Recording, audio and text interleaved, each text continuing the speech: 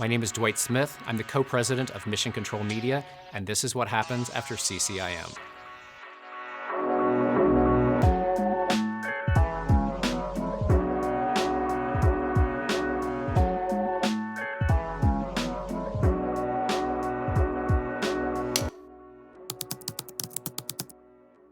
I'm Dwight Smith. I graduated from Ball State in 1987 from the telecommunications department with an emphasis in production, and I'm currently a television producer in Los Angeles. When I left Ball State, I had an internship on General Hospital, which one of my Ball State professors helped to arrange for me.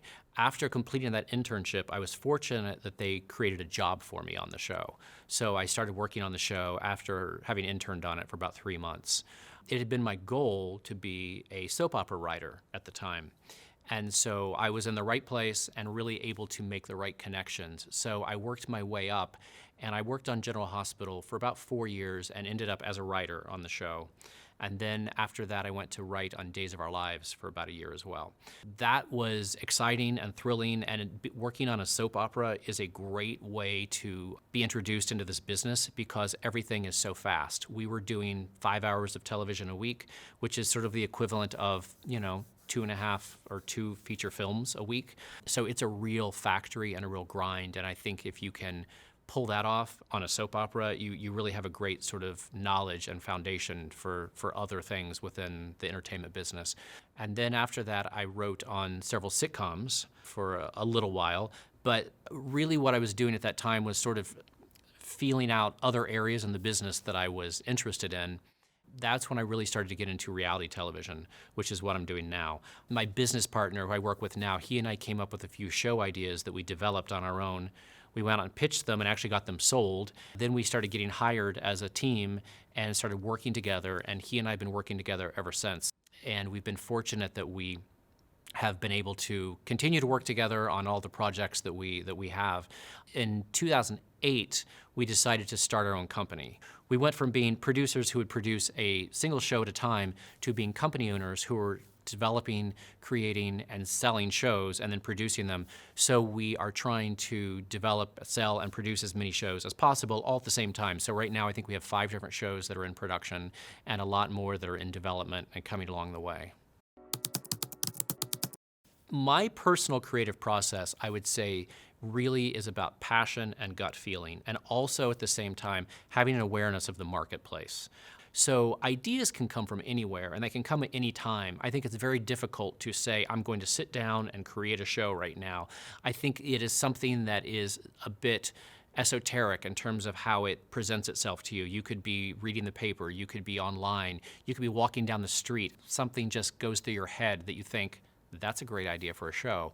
It happens, in any number of ways. There's a lot of ideas, but if somebody can't really elevate that idea to make it feel different or special or unique in some way or have an interesting layer or treatment, it's not really something worth pursuing in my opinion. It needs to stand out from the crowd. It needs to be something that feels special, that is unique, because our business is incredibly competitive. And then you need to know the marketplace. You need to know what is sellable and what's not. At my company, when we come up with an idea, we'll discuss it internally with our development team. And the very first question we'll always ask is, where do we think we can sell this? And if we can't sell it at, I would say, probably at least 3 places, in our opinion, we don't pursue it. It's not worth it, to our opinion, to put the amount of resources and time and energy and expense into fully developing a show if there aren't that many places where you have the potential to sell it. And that requires to constantly be aware of what the networks are looking for. And that is something that we're always tracking and monitoring. We're constantly talking to executives at the networks about what they're looking for, what they want, and trying to meet those needs. And that's a relationship thing too. Our business is built on relationships. So you really need those relationships to be getting that information, that intel, and that opportunity that affords you. Staying on top of trends is incredibly difficult because there are so many outlets, there's so many services, there's so much media. It's kind of an overload. So we have a team at work that is a development team at our production company, and that is our job, is to try to stay on top of trends and current market trends as much as possible. So we have somebody in our office who does a trend report for us every 2 weeks. We sit down and that person monitors anything that they think is going on that is an area that would be interesting to explore for a show. We have other people at our company who are constantly monitoring all the other networks to see what they're all doing, to understand what is happening, because we certainly don't want to be developing something that already exists.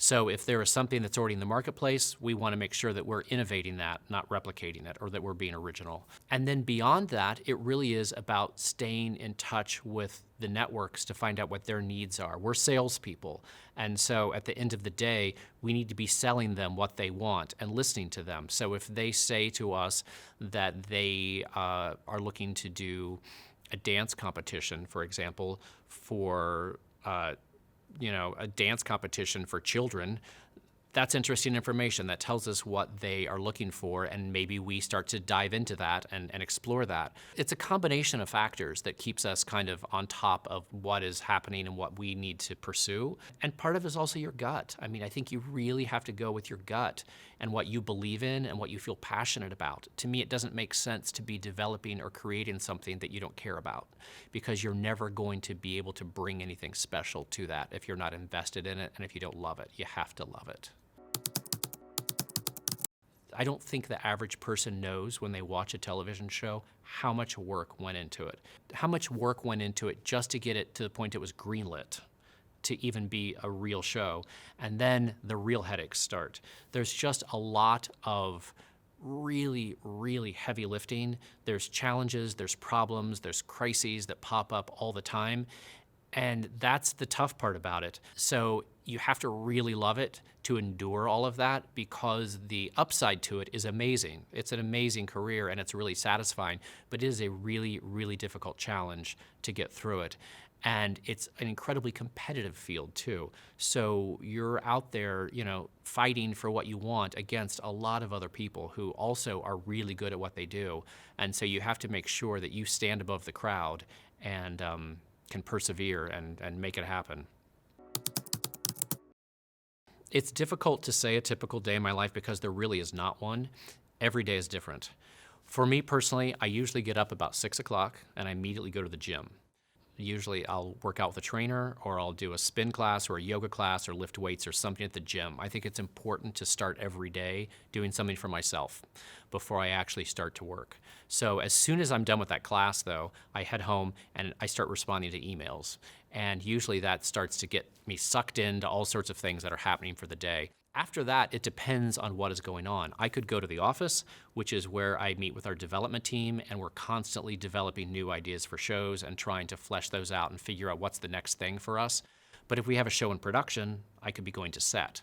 So that's a whole different situation and a whole different kind of dynamic in terms of the workspace. You go to set, oftentimes those are long days. Those are super exciting days because it's great to see everything that you've been working on come together. That's amazing and fun, and hopefully it goes well. Sometimes it doesn't, and that's not ideal. That's difficult, but you have to really figure it out and make it all come together when that happens. Sometimes, depending on if we have multiple shows happening at the same time, we're shooting in 2 different locations on the same day. So I may be bouncing back and forth between different sets and different shows. There's also post-production too. So oftentimes I'm in edit bays giving responses or notes to cuts, or those are being emailed to me and I'm viewing those on links at the office and at home, doing edit notes on cuts. So I'm kind of working all over the place in lots of different ways. My proudest moment, I would say, was for the show Face Off. We were nominated for a Critics' Choice Award as Best Reality Competition, and we were the only cable show nominated. We were up against The Amazing Race, Dancing with the Stars, America's Got Talent, a lot of really, really big shows. And we were sort of looked at as the little kid on the block. And we ended up winning.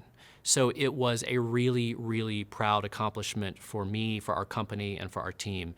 It was a live broadcast. I accepted the award on television, and it was just a really proud moment to have our team around us and to be up there and have our work recognized in such a significant way, and also to have beat these other shows, which are amazing. I have such a tremendous respect for those other shows, and for a group of people to say, we acknowledge you as the best of this group was a really thrilling moment. I would say my favorite reality show right now is The Masked Singer. That show, I think, surprised me and surprised a lot of people. I was not expecting to like it as much as I did. I enjoy the show. It's great play along for the home audience to try to guess who is underneath that ridiculous mask.